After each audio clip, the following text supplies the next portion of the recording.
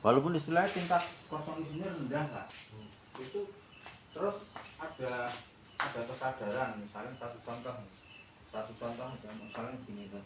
Ini kan sulit kayak gini ya. Nah, apalagi begitu ini ada kesadaran turun, misalnya kayak saya diambil. Nah, ada kesadaran turun enggak sih? Nah, di satu sisi ketika ini diambil di sini main. Akhirnya kan gagal ya. Walaupun saya cuma sedikit mengganjel sini juga diganjel itu. Nah, kelemahannya itu cuma secara prinsip itu misalnya gini. Nah, ini harus apa? Ini ke sana. Nah, ini ke sana. Yang misalnya saya agak sulit, maksudnya saya mau ngasih sing enggak jen gitu. Tapi sulit. Maksudnya memposisikan yang tidak jen, tidak ada kesadaran turun itu. Kalau nggak ada kesadaran turun atau sini itu lebih karena ngambang sih. Iya. Nah, kita tuh sekecil apapun itu mesti sudah ada daya anunya, kan misalnya gini toh. Nah, ini kan gini. Kan mesti turun kan enggak mau. Enggak jadi. Oh iya ya. Itu turun kayak orang dorongnya banget. Iya, itu. Nah, sedangkan di tempat lain itu enggak. Respon itu enggak ada itu. Artinya sebenarnya kita tahu itu enak kita sulit diambil makanya ya agak yang model-model gini nih mas, yang model-model dia gini mas. Kalau ini ya ini kan tapi kan misalnya dia itu jadi kan ganceng juga. Nah kan enggak, ini satu sisi ini kosong kan. Kosong. Nah kan enggak jatuh juga ya. Nah di sisi lain ya kita terbiasa ini diambil ini. Nah, pasal kita ambil di sini, titik tumpunya kan di sini, bukan di sini. Iya. Tapi titik tumpunya di sana. Udah nggak bisa dorong ke sana ya? Ya sudah nggak maksimal lama. Nah, yang penting itu dilatih, tahu, nah ketemu yang itu lah, yang nggak ada kesadaran turun atau mendak. Tidak ada kesadaran di tangan lain. Ya kayak yang model-model apa namanya mas? Tempat yang ini loh. Ini kan juga. Nah, kalau dia nggak ada kesadaran turun kan. Nah misalnya kan gini. Nah maka ini turun. Ya. Nah kan sudah juga. Wah saya rusak. Enggak, tapi serusak Mas Aan pun ketika saya ambil kan tetap sulit karena tetap ada turun apalagi ada turun sini kan. Enggak segampang. Jadi ya itu ada dua kemungkinan. Yang satu subjektif. Oh iya. Itu baru jalan. Tapi dokter sahabat saya kasih lihat gitu langsung, ya itu belum dipukul udah jatuh nggak ya? Berarti dia ingat sih.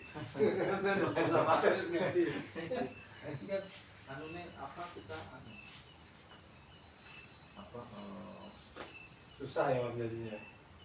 Makanya kan kayak ini satu contoh dari posisi ini. Makanya kan ini begini. Nah, ini satu contoh yang dorong kan ngapa kok kaki nanti berubah ke sini. Ini saya dorong kuat, kuatnya. Kan berat. Tapi ketika di sini kan enak. Itu salah satu. Ngapa kok kakinya harus itu dari bumbu? Nah, terus. Nah, nggak usah harus lewat. Yang penting kan ada perubahan dari itu. Nah, tapi perubahannya jangan gitu. Kalau perubahannya gitu, kayak tadi. Nah, diambil. Pas itu berubah, harusnya kan kan. Makanya harus tahu ini kok harus begini itu kenapa.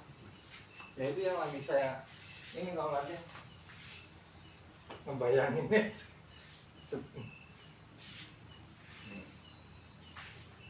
Kayak dari sini terus ke sini.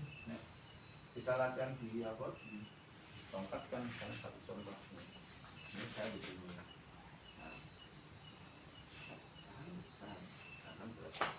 Tapi kalau saya perubahan sebenarnya intinya itu dari kecil ke besar ke kecil. Kalau kita besar ke kecil, kalau kita posisi ini kecil ke besar kan gitu.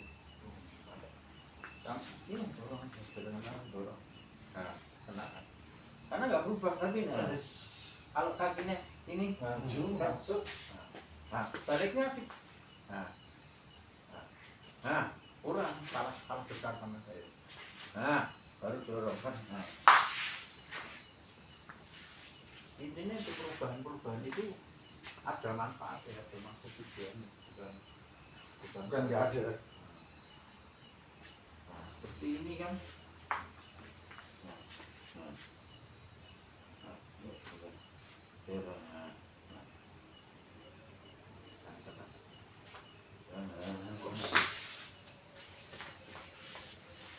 Tapi kan ini nggak subjektif. Iya. Bedanya kan kita nggak subjektif. Latihan itu nggak subjektif. Artinya kena ya kena, bukan harus begitu. Nah, makanya harus perubahan itu. Teknik kakinya harus main.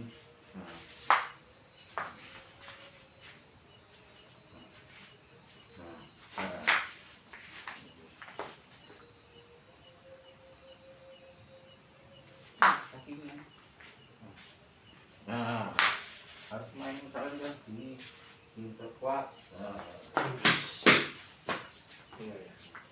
Jadi intinya dibawa ke tempat kosong ya Mas? Iya, anjing itu satu.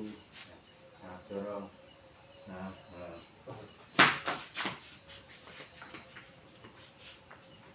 Jadi nggak tahu. Dorong. Ambil sambil gua. Nah. Oh ini.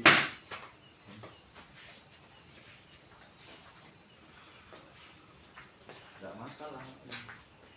Oh, bisa enggak? Ini sekarang. Ini, lihat nih ya. Nah, dorong. Dorong apa? Nih.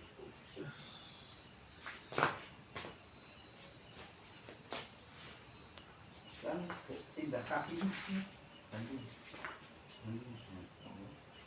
Nah. Nah. Kan.